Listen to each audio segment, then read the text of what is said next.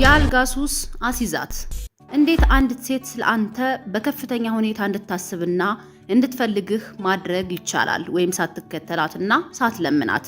ይህ ቪዲዮ ወንዶች ሴቶችን ስለመሳብ የሚሰሩትን ስህተትና እንዴት በተፈጥሯዊ መንገድ ወይም በስነ ልቦና የሴትን ከፍተኛ ፍላጎት መቀስቀስ እንደሚቻል የማብራራበት ነው። በተረጋጋ ሁኔታ ሁናችሁ አዳምጡኝ። በመጀመሪያ ወንዶች ሴቶችን ለመሳብ ሲሞክሩ የሚሰሩት ስህተት ልንገራችሁ። ጥሩ መሆንና ሁሌም መገኘት ቀዳሚው ችግር ነው። ወንዶች ምን ሊያደርጉ እንደሚችሉ በሴቶች ዘንድ ተገማች መሆናቸው የሚፈልጉትን ሴት እንዳያገኙ ያደርጋቸዋል። ብዙ ወንዶች ሴቷ እንድትወዳቸው ብለው ሁሌም ይገኛሉ፣ ቴክስት ያደርጋሉ፣ እንዲሁም በጣም ጥሩ ለመሆን ይሞክራሉ። ነገር ግን ይህ ስህተት ነው። ሁሌ መገኘትና ጥሩ መሆን ምቾት ይፈጥራል እንጂ ፍላጎት ወይም ስበት አይፈጥርም። ሴቶች የሚፈልጉት ሁሌ አስተማማኝ የሆነን ወንድ ሳይሆን ስሜታዊ ውጥረት የሚፈጥርባቸውን ወንድ ነው። ሁሌ የምትገኝ ከሆነ የምታስብህ ሲደብራት ብቻ ነው። አሁን ምን ማድረግ እንዳለባችሁ ግን እነግራችኋለሁ። አዲስ ከሆናችሁ ሰብስክራይብ አድርጉ፣ ሀሳብ አስተያየታችሁን ኮሜንት ላይ ጻፉልኝና አብራችሁ ይቆዩ። አንደኛውና የመጀመሪያው ውጥረትና ሚስጥር መፍጠር ነው። ክፍተት ስጣት። ሁሌም የምትገኝ ከሆነ ስለ አንተ የምታስብበት ወይም የምትናፍቅበት እድል አይኖራትም። ፍላጎት የሚፈጠረው ባልተገናኛችሁበት ሰዓት በሚፈጠር ክፍተት ነው። ትኩረትህን አስወድደው። ትኩረትህ በነፃ የሚገኝ መሆን የለበትም። ትኩረትህን እንደ ሽልማት እንጂ እንደ መብቷ ልታገኘው አይገባም። አትገመት። አንዳንዴ ዝምተኛና ሚስጥራዊ፣ አንዳንዴ ደግሞ ተጫዋችና ደፋር ሁን። ይሄ ባህሪ እንዳትገመትና ስለ አንተ እንድታስብ ያደርጋታል። ሁለተኛው ድምጽ፣ አይንና ንግግር። የድምጽ አጠቃቀምህ ስልታዊ ይሁን። ስታወራት ድምጽህን ቀነስ አድርግ። ከጉሮሮህ ሳይሆን ከደረትህ ወይም ደግሞ በጥልቅ ድምጽ ማለት ነው። ቀስ ብለህ ተናገር። አትቸኩል። ይህ እኔ የተረጋጋው ነኝ፣ የራሴ ቁጥጥር አለኝ የሚል መልእክት ያስተላልፍልሃል። የአይን ግንኙነት መሰረታዊ ነገር ነው። አይንህን አውጥተህ ተመልከታት። ለአፍታ ያህል ትኩር ብለህ አይኗን ተመልከት። በትንሽ ፈገግታ ፊትህን አዙር። ይህ ምን እያሰብክ እንደሆነ እንድትጠይቅ ያደርጋታል። ግራ የሚያጋባ ንግግር ተጠቀም። ንግግሮችህ ሁለት ትርጉም እንዲኖራቸው አድርግ። ቀጥታ የምትናገር ምሰል፣ ነገር ግን አእምሯ ወደ ሌላ ቦታ እንዲሄድ የሚገፋፋ ነገር ተጠቀም። ይሄ ማለት አንዳንዴ እወድሻለሁ፣ ጀስት እወድሻለሁ፣ እወድሻለሁ ማለት አንድ ትርጉም ብቻ ነው ያለው። መውደድህን ማፍቀርህን መናገሪያ መንገድ ነው። ነገር ግን ቅኔ አዘል ነገር ስትናገር ግራ ትጋባለች። እንደዚህ ሊለኝ ፈልጎ ይሆን? አይ እንደዚህ ሊለኝ ነው። እንደዚህ ሊለኝ ነው በሚል ግራ መጋባት ውስጥ ትሆናለች። ስለዚህ ያኔ እንድታስብህ እንድትፈልግህ ወይም ደግሞ አንተ ጋር መሆን የሆነ በቃ ሱሰኛ አንተን የሆነ አልጋ ላይ ሆናችሁ የምታደርጉት እያንዳንዱን በማሰብ ሱሰኛ መሆን ትፈልጋለች። ሱስ ታስይዛታለህ። ነገር ግን ቀጥታ አንድ አማርኛ ከሆነ የምትናገረው ምንም ትርጉም የለውም። ስለ ትርጉም አለው፣ ግን ትርጉሙ አንድ ብቻ ነው።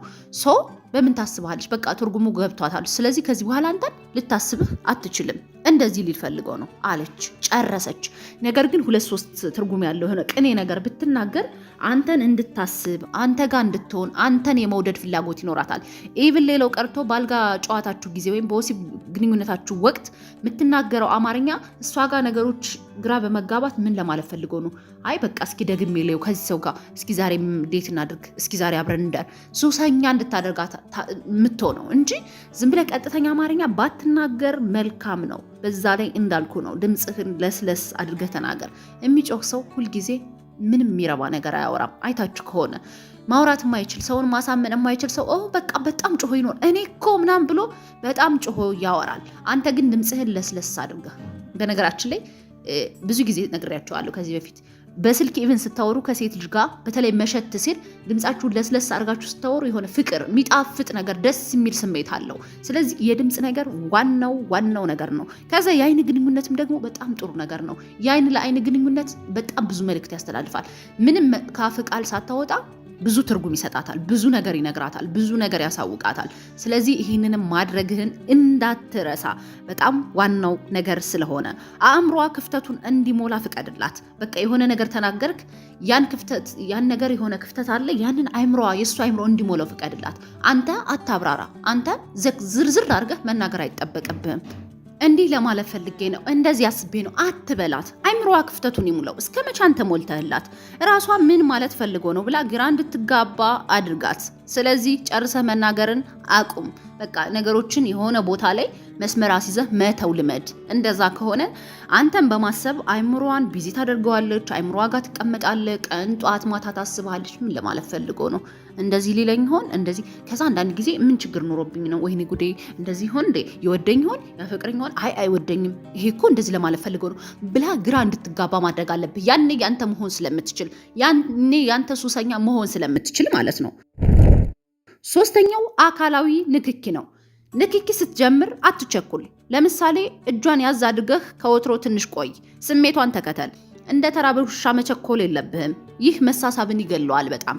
በቃ አካላዊ ንክኪ ላይ በጣም አደብህን የገዛህ መሆን አለብህ። አንዳንድ ወንዶች አሉ በቃ ዝም ብሎ ዘሎ ታስሮ የተፈታ ውሻ ታውቃላችሁ? ታስሮ የተፈታ ውሻ ያንም መንካት ያንም መንከስ ነው። ጀስት ህፃን ልጅ ለምሳሌ ተው ተው ተው ስለሚባል ሁልጊዜ ስለሚከለከል ስንለቀው ሁሉም ነገር ሄዶ እሳቱን ምኑን ነገር ይነካል።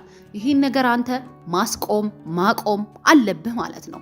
ስለዚህ የአካላዊ ንክኪ ስትጀምር አትቸኩል፣ ረጋ በል፣ ሰከን በል እስኪ። ለምሳሌ እጇን ስትይዝ የሆነ አደብ የገዛ አያያዝህም ደግሞ ይዘህ ልቅቅ ምናምን እንደዚህ ምናምን ሳይሆን ያዝ አድርገህ ትንሽ መቆየት መልመድ አለብህ እንጂ እንደተራበ ሰው ወይም እንደተራበ ውሻ መሆን የለብህም። ያን ነገር አሁኑኑ ማቆም ይኖርብሃል ማለት ነው። በደንብ እየሰማኸኝ ነው? አራተኛውና የመጨረሻው የወንድነት ጉልበት ነው። ማረጋገጫ አትፈልግ። ሴቶች የሚማረኩት በራሱ በሚተማመን የእሷን ማረጋገጫ በማይፈልግ ወንድ ነው። የራስህ ህይወት ይኖርህ። ያለ እሷም ቢሆን ሙሉ እንደሆንክ ይሰማት። እየለመንካት ወይም እየተከተልካት እንዳልሆነ በተግባር አሳያት።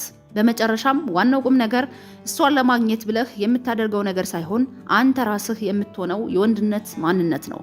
ይህንን ስታደርግ ከሌሎች ወንዶች ጋር ስትሆን እንኳን አንተን ታስባለች፣ ታወዳድርሃለች፣ አንተንም ትናፍቃለች። ስለዚህ የወንድነት ጉልበት ይኖርህ። ወንድ ሁን፣ ከምንም በላይ ወንድ ሁን። ሚርበተበት በራሱ ማይተማመን ጅል ወንድ፣ ሰነፍ ወንድ፣ መስራት የማይችል ጠንካራ መሆን የማይችል ወንድ ሳይሆን ጠንካራ የሆነ አልፋ ወንድ ሁን።